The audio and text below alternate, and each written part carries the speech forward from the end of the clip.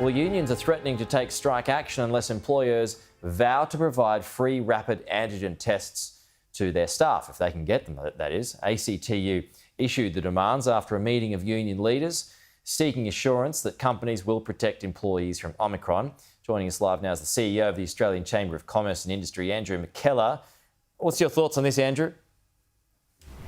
Yes, well, hello, Peter. Look, business is in a very, very difficult situation at the moment. It's been hit really by a triple whammy.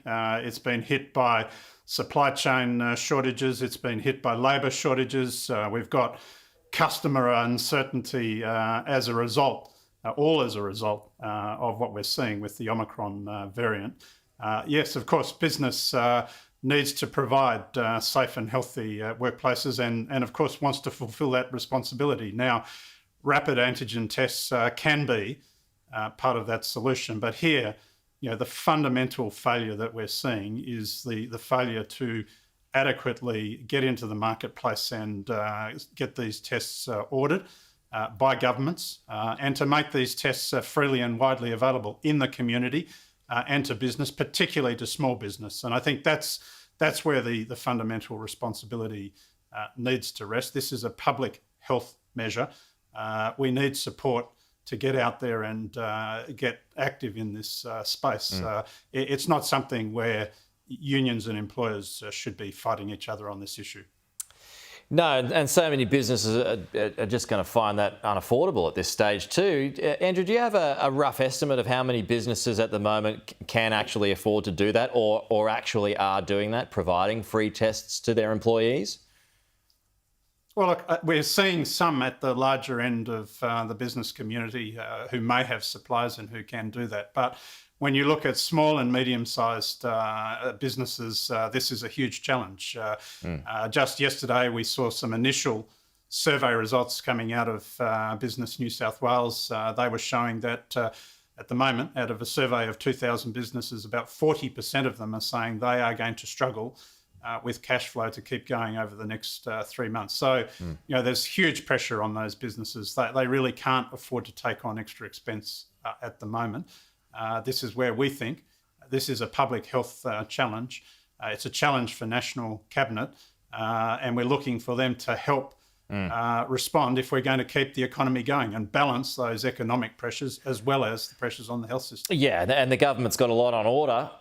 There was 1.2 million of them, as we've been reporting today, that arrived in New South Wales overnight, but primarily that will go to schools and those workers on the front line too. So for everyone else, the backlog's not really going to clear for another month. So these sorts of issues are going to persist.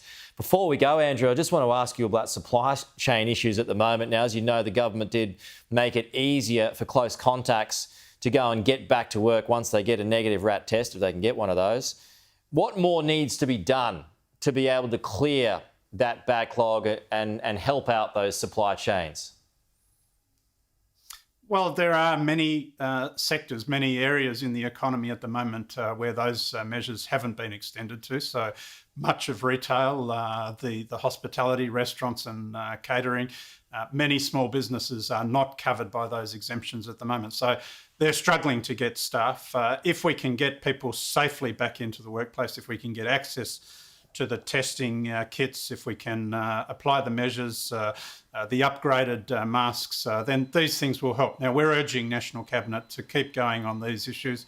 I think they didn't go far enough last week.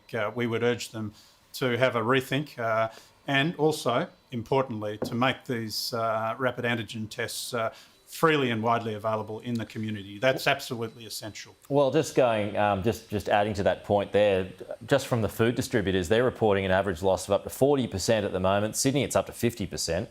And that goes on to provide product to some 70,000 cafes, restaurants, pubs, clubs, etc. So it needs to be expanded to include all of that, is your point?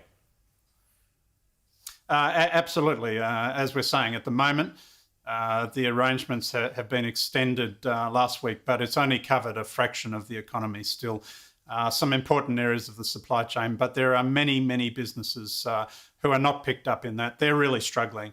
And honestly, we are risking the health of the economy if we don't go further in the coming weeks. Yeah. And I think this is where really National Cabinet's got to sit down and revisit some of those issues urgently. Okay, Andrew McKellar, good to have you with us. Talk to you soon.